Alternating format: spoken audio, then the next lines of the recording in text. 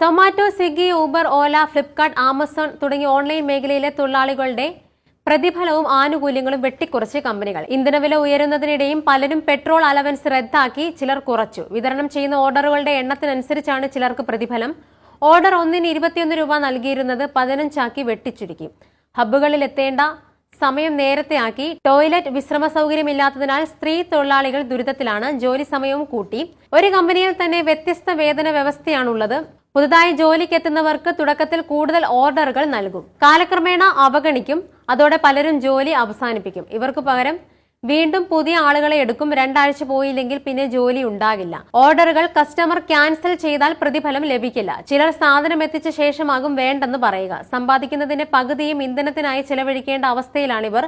ഇതിനു പുറമെ വണ്ടിയുടെ അറ്റകുറ്റപ്പണികളും ചെയ്യണം. പുതിയ ആളുകളെ റഫർ ചെയ്യുന്നവർക്ക് ഇൻസെന്റീവ് ഉണ്ട്. എന്നാൽ മാനദണ്ഡങ്ങൾ പാലിച്ചാലും ഇൻസെന്റീവ് തവണകളായേ കിട്ടും. പലചരക്ക് സാധനങ്ങളുടെ വിതരണവും ഇപ്പോൾ ആരംഭിച്ചിട്ടുണ്ട്.